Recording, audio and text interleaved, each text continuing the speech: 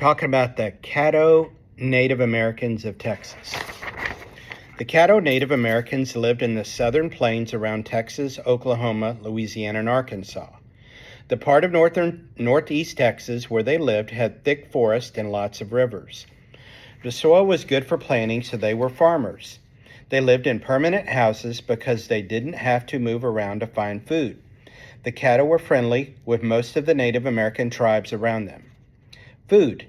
The Caddo were farmers and hunters. The women planted and harvested corn, beans, pumpkins, and sunflowers. They cooked cornbread, soups, and stews. When available, the men hunted deer, quail, turkey, and small game. They also fished in the rivers. Tools. The women in the tribe made the bows and arrows for hunting. They also created clay pots and utensils. These tools were so important to the men and women of the tribe, they were often buried with them when they died. Clothing.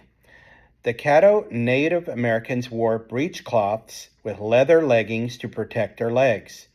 The women wore skirts and deerskin tops. Both men and women wore earrings and moccasins.